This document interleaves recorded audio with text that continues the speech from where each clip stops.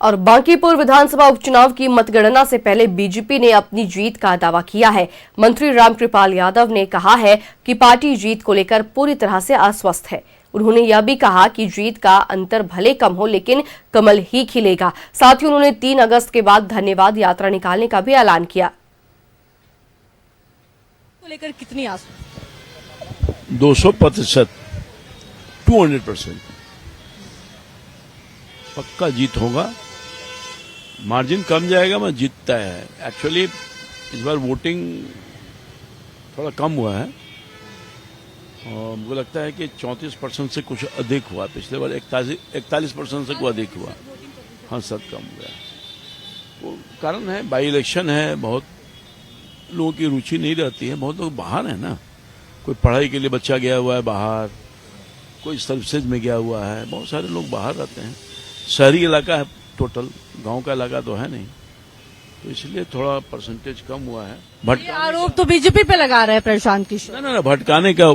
और जितने बाहर से लोग आए थे, हिंदुस्तान में जितने उनके लोग थे या बिहार के कोने कोने में, वो तो आए, हायर किया हुआ लोग था, प्रोफेशनल लोग था। उन्होंने, वो तो सलाहकार हैं और ये काम खुद करते हैं, तो जो दूसरे के लिए काम कर रहे थे अपने लिए काम कर रहे हैं। और एक बड़ी बात है कि उनकी पार्टी आउट ऑफ सीन हो गई थी और वो भी आउट ऑफ सीन हो गए। पिछले जो 2025 में मैंडेट आया उनके खिलाफ, उनके पार्टी के उम्मीदवारों के खिलाफ, उससे लगा कि हमारा अस्तित्व खत्म हो जाएगा। तो अपने अस्तित्व को बचाने के लिए प्लान वे में जो पिछली बार हिम्मत नहीं किए थे, दांव खेले। नहीं, जुआ होता खेलना, हारे या जीते, तो वो अपने आप को लगाए दांव पर।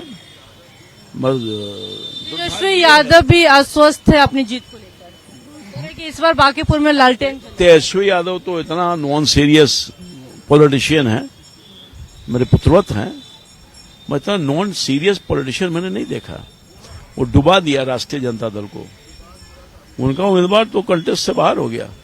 3 तारीख को मतगणना होना है, क्या तैयारी है? क्या तैयारी होगी? तैयार है उसके नहीं, क्या तैयारी होगा? हम लोग जीतेंगे, जश्न मनाएंगे, सबके घर घर जाएंगे जैसे पहले गए थे, धन्यवाद देने के लिए, धन्यवाद यात्रा निकालेंगे। हमारा उम्मीदवार तो गरीब का बेटा है भाई, वो सक्षम भी नहीं है। और प्रशांत किशोर जी के सामने टिकेगा हमारा उम्मीदवार। जो घोषित प्रॉपर्टी 400 करोड़ लगभग है, घोषित, अघोषित न जाने कितना 1000 करोड़ होगा। तो पैसे पर ही वो चुनाव लड़ रहे थे। सब जितने उनके जो कार्यकर्ता दिख रहे थे, वो पार्टी के प्रति प्रतिबद्धता नहीं थी। ऑन रिकॉर्ड एक बच्ची ने ये बात कहा कि हम तो प्रोफेशनल हैं। आई थी बहुत सारी बच्चियां, उन्होंने खुद कहा कि मैं प्रोफेशनल हूं, आप भी कहिएगा तो आपके लिए काम करेंगे।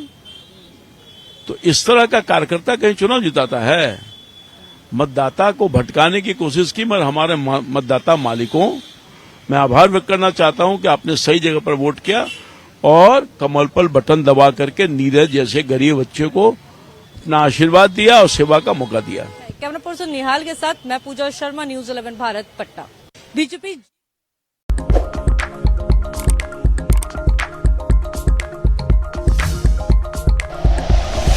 Like and share videos, subscribe करें हमारा चैनल और प्रेस करें बेल आइकॉन। न्यूज़ 11 भारत, सच है तो दिखेगा।